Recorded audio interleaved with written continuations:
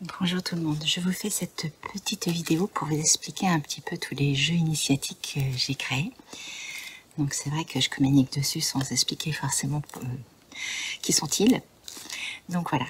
Donc à l'heure actuelle j'ai créé 2 jeux, dont le premier qui s'appelle Melchizedek, la voix de la Merkaba. Qui est Melchizedek? Donc je vais faire très succinct. Melchizedek, pour moi, c'est un des fondateurs de l'univers, de notre univers, de l'humanité. Il porte en lui une fréquence originelle, et d'où les enseignements de cette étoile de Merkaba, qui regroupe justement toutes ces fréquences qui ont été, concentrées pour pouvoir émaner dans notre vie, pour pouvoir être matérialisées dans notre vie. Donc si... je fais très succinct.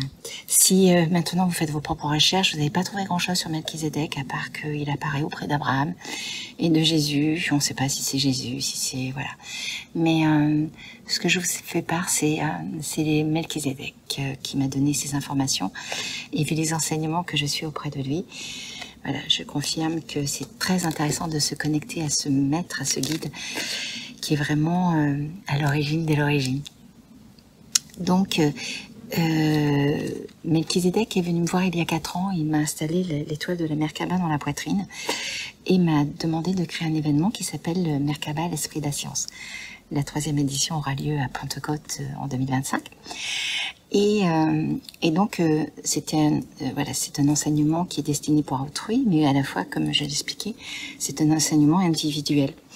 Et je tenais à partager dans ces 22 cartes donc, que j'ai créées, quelques enseignements que j'ai reçus.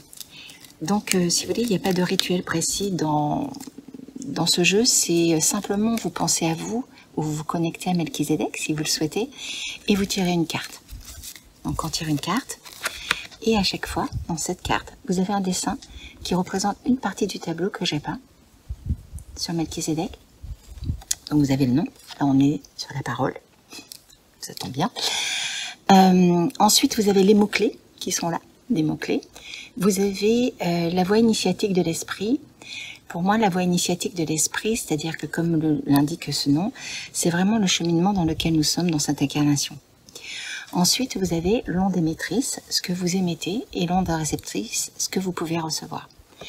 Donc, pensez à vous, connectez-vous à Melchizedek, si vous le connaissez, et tirez une carte. Voilà. Ne soyez pas trop gourmand, ne tirez jamais plusieurs cartes à la fois, parce que c'est très confus, on sait très bien que le mental attend toujours un petit miracle quelque part par là, mais c'est très important de prendre conscience de chaque carte que vous tirez, comme une nourriture, il est important de la digérer. Donc voilà pour le premier jeu. Le deuxième jeu, ça s'appelle La voix de la rose. La voix de la rose. Là, ce sont plutôt, pour l'instant, il y a 15 vertus qui nous délivre des messages et des actions. Si je tire, voilà.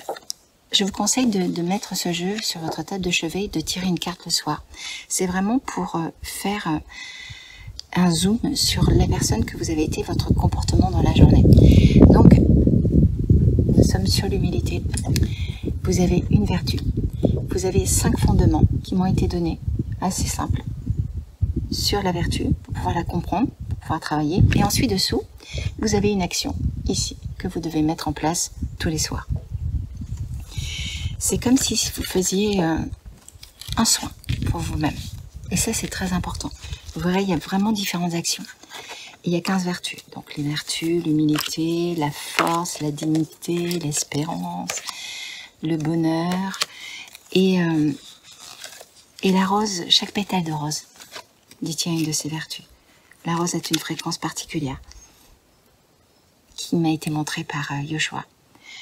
Et voilà, c'est pas pour rien qu'elle est très importante, symboliquement, la rose.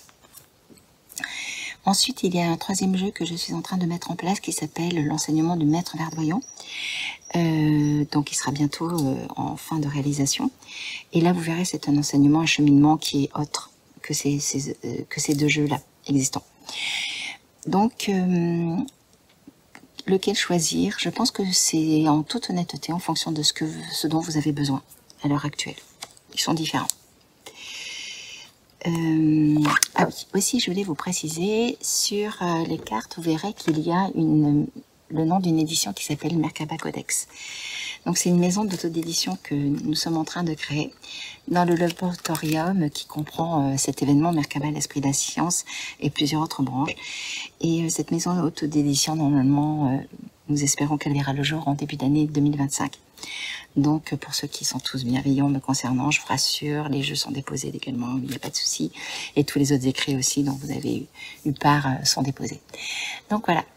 Donc ceci est une petite présentation, j'espère que c'est assez clair, limpide pour vous, et surtout n'hésitez pas à me contacter si nécessaire.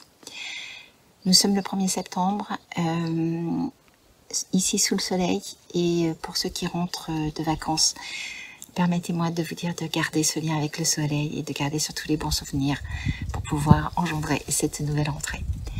Je vous embrasse fort et je vous dis à très vite. Merci beaucoup.